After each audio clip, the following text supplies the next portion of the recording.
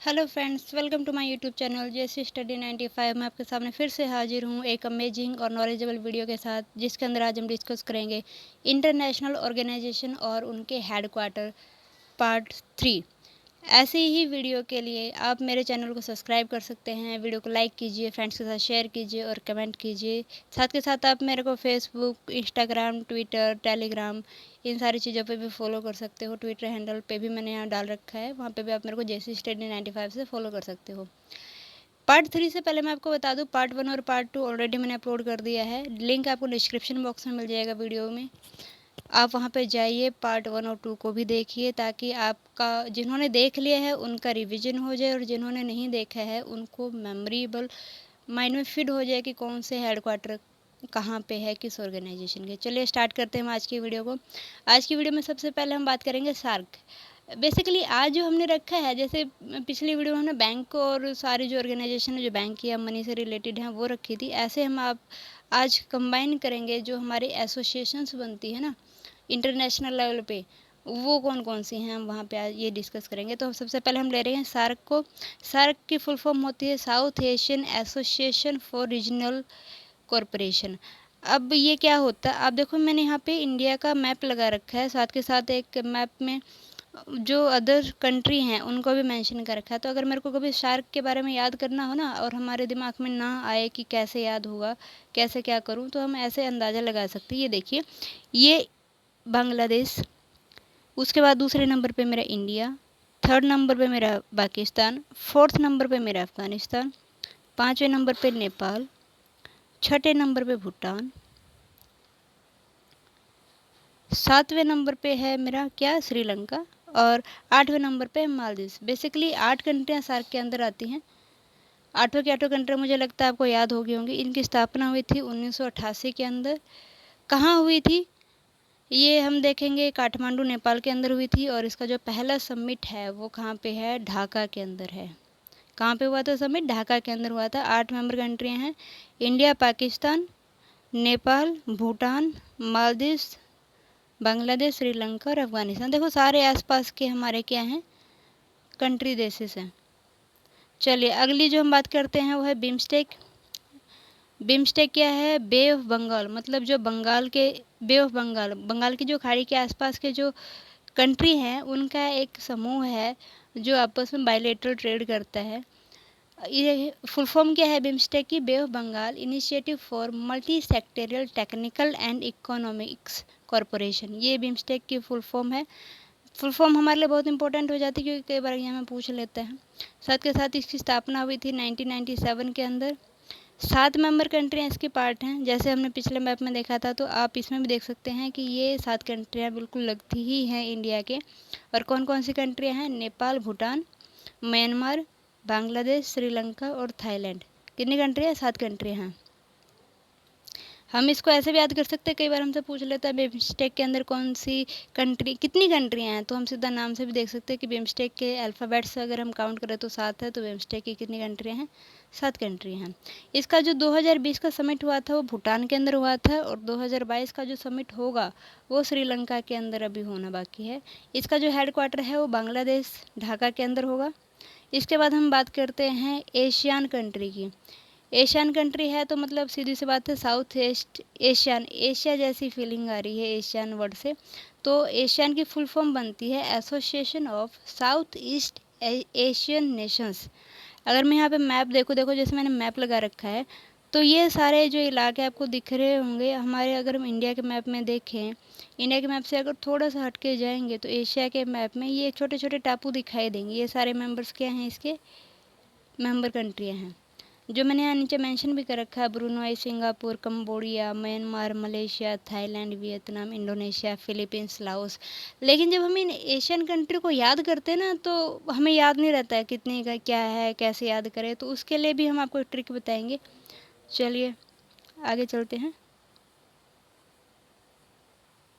इसकी जो स्थापना हुई थी 1967 में हुई थी। साथ के साथ इसकी 10 मेंबर कंट्रियाँ हैं। और इसको याद करने की ट्रिक है, तुम बीएससी करके 2 टीवी पर आईपीएल देख रहे हो, बस ये एक ट्रिक है। तुम बीएससी करके 2 टीवी पर आईपीएल देख रहे हो। बीएससी से बन जाएगा मेरा ब्रुनई, सिंगापुर और कंबोडिया। MM से बन जाएगा मेरा म्यांमार और मलेशिया। TV से बन जाएगा थाईलैंड और वियतनाम। और IPL से बन जाएगा मेरा इंडोनेशिया, फिलीपींस और लाओस। बस सिंपल सी ट्रिक है और इसी से देखो आपको एशियन कंट्रियाँ सारी याद हो जाएंगी।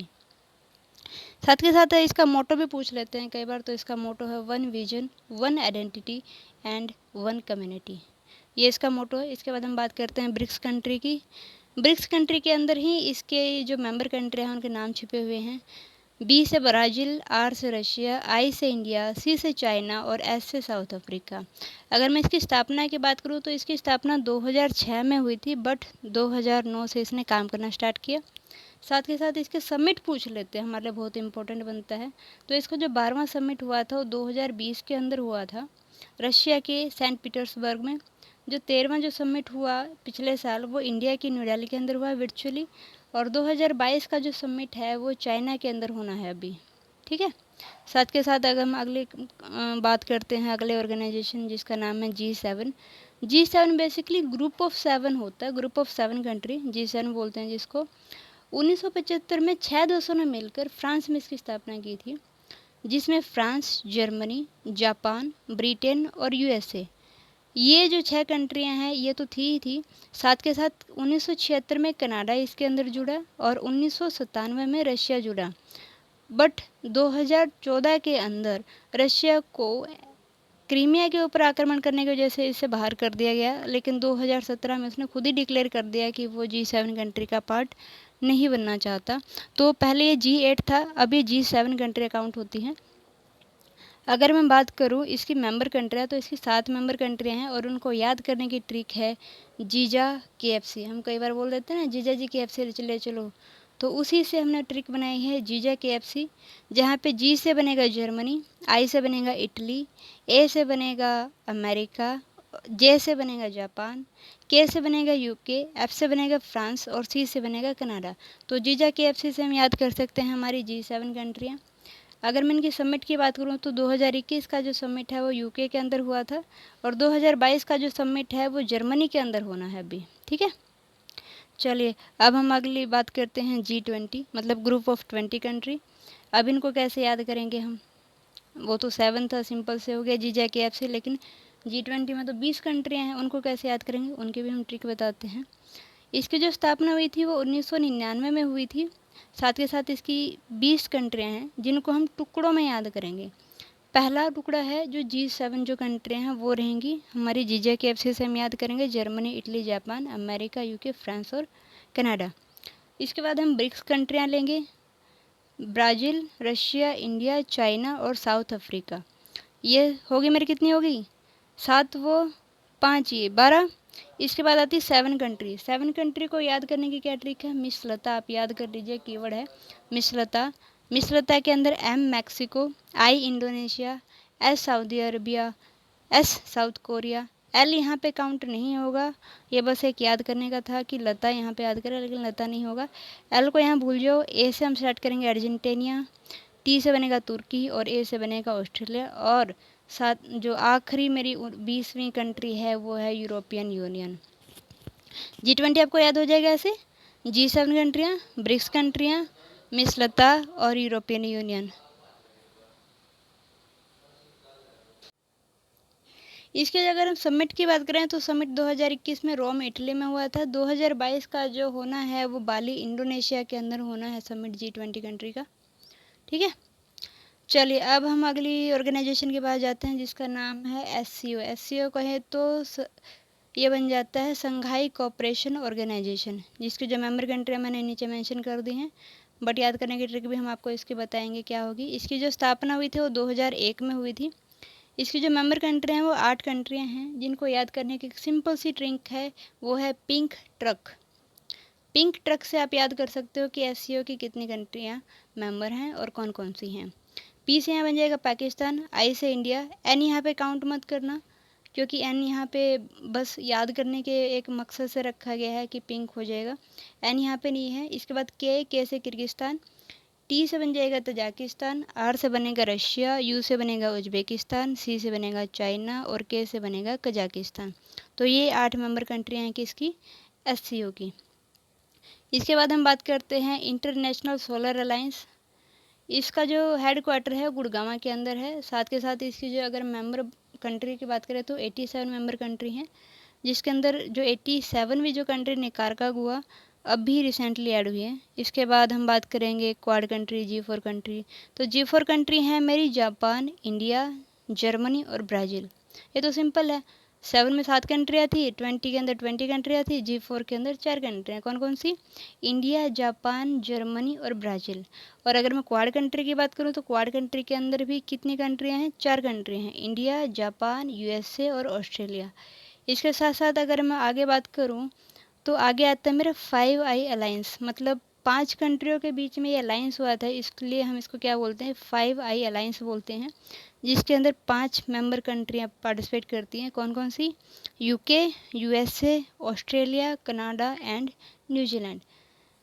आई नो फ्रेंड्स कि थोड़ी सी बड़ी वीडियो हो जाती है, बट ये सारी जो ऑर्गेनाइजेशन है, इनके जो मेंबर कंट्रियां हैं, ये बहुत इम्पोर्टेंट होती है हमारे एग्ज़ाम पॉइंट ऑफ व्यू से, क्योंकि कई बार हमें एग्ज़ाम्स में कंट्रियां पूछ लेते हैं, कभी उनकी स्थापना दिवस, कभी उनका समिट पूछ लेते हैं। इसलिए बहुत इंपॉर्टेंट हो जाता है हमारे लिए कि हम इन चीज़ों को क्या करें? रिवाइज़ करें। ऐसी अमेजिंग वीडियो के लिए आप मेरे यूट्यूब चैनल JC Study 95 को ज्वाइन कर सकते हैं। आप मुझे फेसबुक, इंस्टाग्राम, ट्विटर और टेलीग्राम पे भी ज्वाइन कर सकते हैं, ताकि आपको ऐसी ही अमेजिंग वीडियो की इन्फॉर्मेशन और इनकी PDF मिलती रहे। साथ के साथ आप मेरे वीडियो को, चैनल को सब्सक्राइब करना ना भूलें। साथ के साथ अपने फ्रेंड्स के साथ शेयर कीजिए, ताकि वो भी ऐसी अमेजिंग नॉलेज का एक पार्ट बन सके और अपनी नॉलेज को इम्प्रूव कर सकें। Thank you for watching.